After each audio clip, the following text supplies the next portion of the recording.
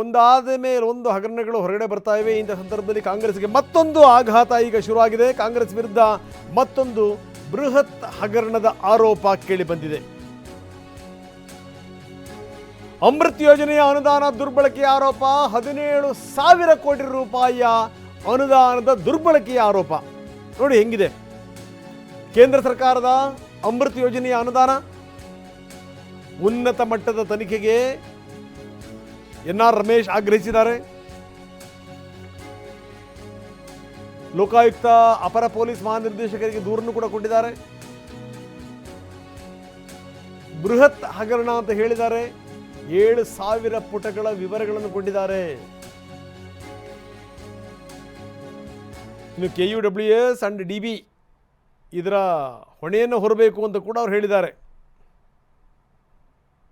ನೋಡಿ, ಅಮೃತ್ ಯೋಜನೆಯ ಅನುದಾನ ದುರ್ಬಳಕೆಯ ಆರೋಪ ನಾವು ತೋರಿಸ್ತಾ ಇದ್ದೀವಿ. ಎನ್.ಆರ್. ರಮೇಶ್ ಇದಕ್ಕೆ ಸಂಬಂಧಪಟ್ಟಂಗೆ ವಿವರಗಳನ್ನು ಕೊಟ್ಟಿದ್ದಾರೆ. ಕೇಂದ್ರ ಸರ್ಕಾರದ ಅಮೃತ್ ಯೋಜನೆಯ ಅನುದಾನ ಇದರ ದುರ್ಬಳಕೆ ಆಗಿದೆ ಎನ್ನುವಂಥದ್ದು ಅವರ ಆರೋಪ. ಭೈರತಿ ಸುರೇಶ್, ಸಚಿವ Rahim Khan, KUWS and DB ಅಧ್ಯಕ್ಷ ಶಾಸಕ ವಿನಯ್ ಕುಲಕರ್ಣಿ, ಈ ಮೂವರ ಹೆಸರುಗಳು, ಜೊತೆಗೆ ಪ್ರಭುಲಿಂಗ ಕವಲಕಟ್ಟಿ ಪೌರಾಡಳಿತ ನಿರ್ದೇಶಕರು, ಇನ್ನು ಮುಖ್ಯ ಅಭಿಯಂತರರು VL ಚಂದ್ರಪ್ಪ,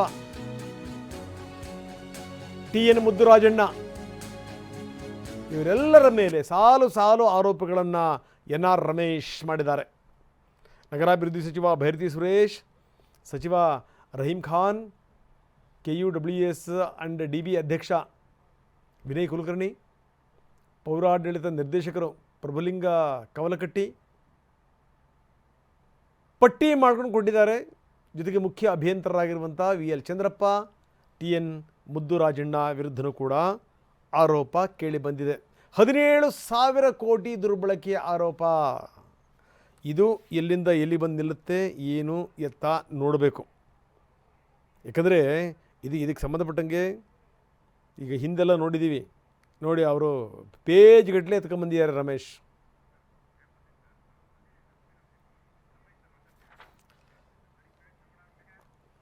ಬರೀ ನಮ್ಮ ಪ್ರತಿನಿಧಿ ಲಕ್ಷ್ಮೀ ನರಸಿಂಹ ರಮೇಶ್ ಜೊತೆಗೆ ಮಾತಾಡಿದ್ದಾರೆ. ರಮೇಶ್, ಯಾವ್ಯಾವ ವಿವರಗಳನ್ನು ಕೊಟ್ಟಿದ್ದಾರೆ ನೋಡೋಣ. ನೀವು ಹೇಳ್ತಾ ಇದ್ದೀರಾ 17,000 ಕೋಟಿ ಬೃಹತ್ ಭ್ರಷ್ಟಾಚಾರ ಆರೋಪ ಆಗಿದೆ ಅಂತ ದಾಖಲೆಗಳನ್ನು ಕೂಡ ತಾವು ಕೊಟ್ಟಿದ್ದಾರೆ ಲೋಕಾಯುಕ್ತಕ್ಕೆ. ಸೊ ಯಾವ್ಯಾವ ಸಚಿವರು ಯಾವ ರೀತಿಯ ಈ ಒಂದು ಅಕ್ರಮಗಳನ್ನು ಮಾಡಿದ್ದಾರೆ ಅಂತ ತಾವು ಆರೋಪ ಮಾಡಿದ್ದೀರಾ ಸರ್? 17,000 ಕೋಟಿ ರೂಪಾಯಿಗಳಷ್ಟು ಬೃಹತ್ ಮೊತ್ತವನ್ನು ಅಮೃತ್ ಯೋಜನೆ ಅನುಷ್ಠಾನಕ್ಕೆ ಅಂತೇಳಿ ಕರ್ನಾಟಕ ರಾಜ್ಯಕ್ಕೆ ಕೇಂದ್ರ ಸರ್ಕಾರ ಬಿಡುಗಡೆ ಮಾಡಿರ್ತಕ್ಕಂಥದ್ದು.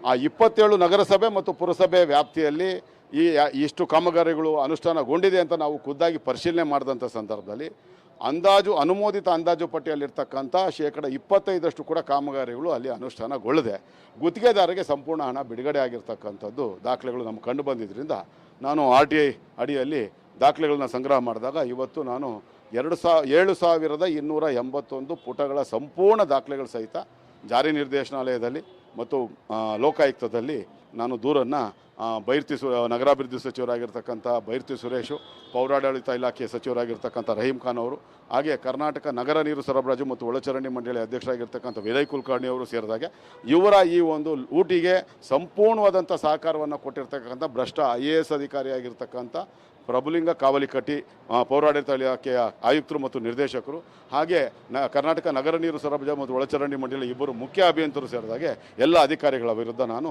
ದೂರನ್ನು ಭ್ರಷ್ಟಾಚಾರ, ವಂಚನೆ, ನಕಲಿ ದಾಖಲೆ ತಯಾರಿಕೆ, ಅಧಿಕಾರ ದುರುಪಯೋಗ, ಹಾಗೆ ಸರ್ಕಾರಿ ಅನುದಾನ ದುರ್ಬಳಕೆ ಪ್ರಕರಣಗಳನ್ನು ದಾಖಲು ಮಾಡಿದ್ದೇನೆ.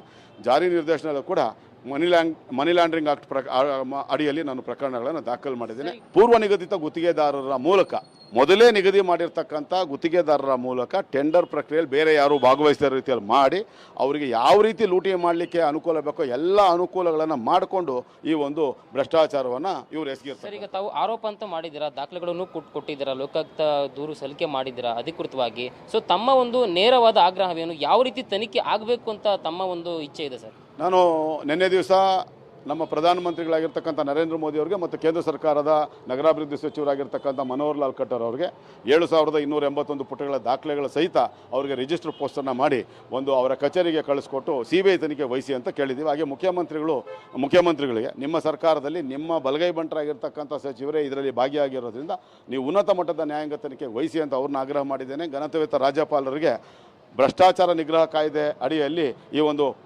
ಒಂದು ಹಗರಣದ ತನಿಖೆಗೆ ಆದೇಶ ಮಾಡಬೇಕು ಅಂತ ನಿನ್ನೆ ಖುದ್ದಾಗಿ ಭೇಟಿ ಮಾಡಿ ಮನವಿ ಮಾಡ್ಕೊಂಡಿದ್ದೇನೆ. ಅವರ ವಕೀಲರು ಕೂಡ ಪೂರಕವಾಗಿ ಸ್ಪಂದಿಸಿದ್ದಾರೆ. ಸಿದ್ದರಾಮಯ್ಯ ನಾನು ಈಗಾಗಲೇ ಹೇಳ್ದಂಗೆ ಕರ್ನಾಟಕ ರಾಜ್ಯ ಕಂಡಂಥ ಮುಖ್ಯಮಂತ್ರಿಗಳ ಪೈಕಿ ಪರಮ ಭ್ರಷ್ಟ ಮುಖ್ಯಮಂತ್ರಿ ಯಾರಾದಿದೆ ಸಿದ್ದರಾಮಯ್ಯ. ಅದರಿಂದ ನ್ಯಾಯ ಸಿಗಲ್ಲ.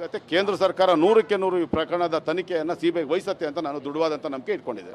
ಕ್ಯಾಮ್ರಾ ಪರ್ಸನ್ ಗಣೇಶ್ ಪ್ರಸಾದ್ ಜೊತೆ ಲಕ್ಷ್ಮೀ ನರಸಿಂಹ, TV9 ಬೆಂಗಳೂರು.